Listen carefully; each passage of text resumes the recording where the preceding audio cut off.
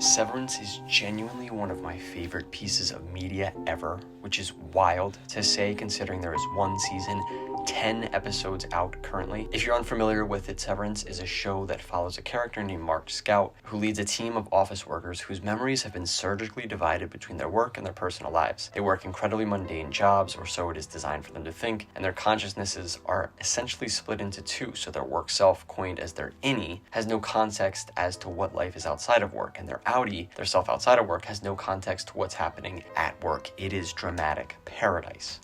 Okay.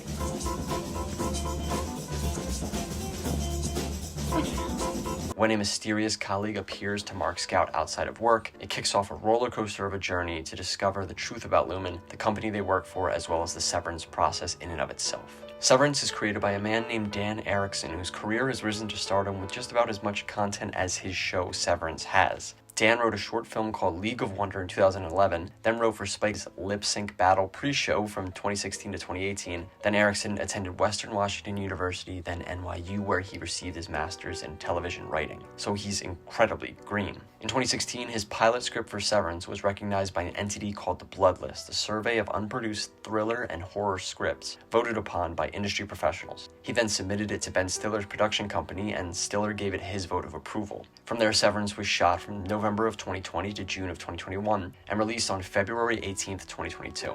And it was received with incredible critical acclaim, achieving an average critic review of 8.6 out of 10, being nominated for 76 awards and winning 15 of them, which is absurd as a first season of television. Ben Stiller directed or co-directed most of the episodes and is executive producer. It stars Adam Scott in the lead role, which he is brilliant in. It's so refreshing to see him finally graduate from the douchebag bro in movies like Step Brothers, Secret Life of Walter Mitty, and characters from shows like Parks and Rec. I haven't seen Big Little Lies yet, which he's in, but it looks more on the dramatic side from what I can tell, so maybe that was partially contributive to his current role here. Adam Scott plays a character called Mark Scout and heads an amazing cast including Britt Lauer as Helly, who, my word, is she good? Patricia Arquette as Miss Coble, John Turturro as Irving, Zach Cherry as Dylan, who I'm so happy to see get bigger roles after his scene-stealing presence in Succession with Roman at the Waystar training. Cherry is beyond brilliant as Dylan, just destroying the black comedy in this. There's also Christopher Walken as Bert and Tramell Tillman as Mr. Goddamn Milchick. What a character. Every single one of these characters is so complicated, a puzzle in and of themselves, and I really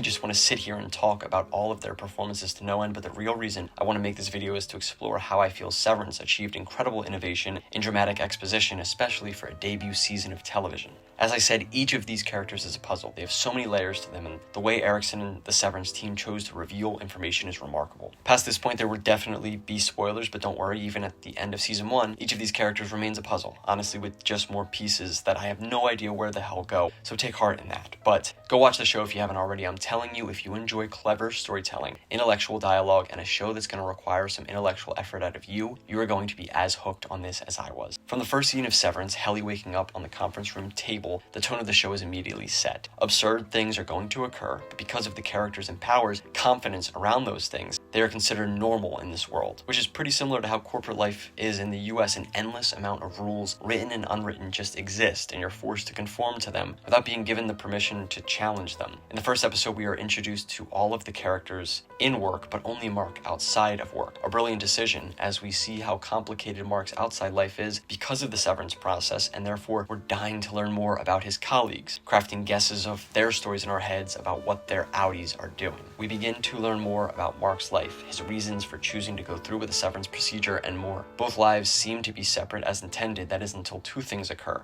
Mark meets Petey, his former colleague, outside of work, whom he obviously doesn't recognize because only his innie has ever interacted with him. That occurs, and then we find out that Mark's neighbor is actually his boss, Miss Coble, although it's not yet apparent at that point whether she has severed consciousness or not, and therefore whether she knows that she even is Mark's boss, and thus the brilliance of Severance begins. Anything that the outie knows is invaluable to the innie, and vice versa. If innie Mark found out that Miss Coble was his outie's next door neighbor, that would be very concerning to him, and if outie Mark knew for certain that this was his old coworker who was rapidly fired that showed up at his house, he could go and get concrete answers about Lumen and the process. However, that is not the case here. Audi Mark has no way of definitely knowing who Petey is, and would you just take a clearly unwell stranger's rambling as bona fide truth? No. So we, the audience, are the only ones aware of all the truth shown. It's remarkable that most of the times in this show, when a character finds something out, they can't actually do anything about it, nor do they want to, because the information is not valuable to that side of their consciousness. You can't even communicate between your innie and outie in any way, as Lumen uses advanced technological measures to ensure that no messages get between the two of you. So we're forced to take only what the show decides to tell us, but also live in suspense because characters are so clueless. Because it follows Mark, all of the other characters are big question marks, and sometimes they'll bring something to work with them, or their outie's behavior, drinking, sleeplessness, etc. will impact the innie's work. We won't have any context about it unless it is Mark's outie that did it. As the show continues, we are given more and more truth, and things get more and more intertwined, and it's crazy. The interconnections continue to build on top of one another up until the point that innie Mark's boss is babysitting his outie's sister's child, and his outie's sister's husband's book is in the Lumen conference room, where innie Mark discovers it and has no idea of its relation to him.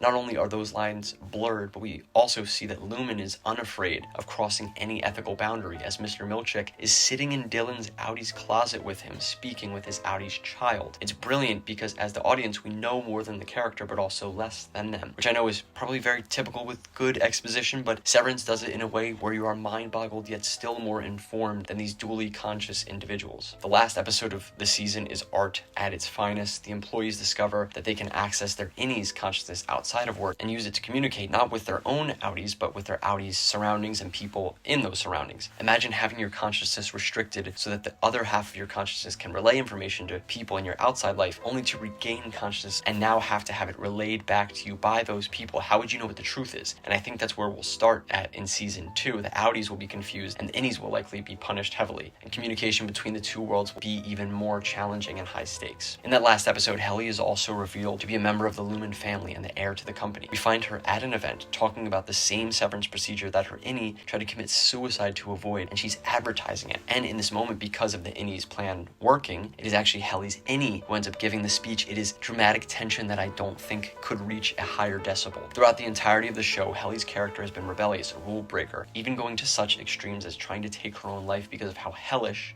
pun, her work at Lumen is. But because I was so caught up with Mark's story and trying to decipher other characters' stories, I didn't even notice that we hadn't had much context about Helly, really any at all. It completely changes everything you've seen about her in the show up to that point once the reveal happens. I saw a great analysis by the channel Rec Rap where they mentioned that every person in the show is putting on a work persona similar to what we do in real life, except for Helly, who is already living that fake persona in her real life and whose true personality comes out only with her innie. Because after all, your innie is just you without memories of your past, which is another huge theme of the show. We are able to see who these people truly are through their innie. Mark, a leader, a rational thinker, but outside Lumen, he's clouded and influenced by the loss of his wife, with which he cannot cope. Helly is truly a rebellious, independent character who has been forced into a life of submitting to her family's company in the outer world. Even Dylan, who's a sarcastic, partially nihilistic, holier-than-thou preachy individual, is devoted to his son outside and likely has a completely different personality. It just goes to show how much our outside surroundings, our past traumas and conditioning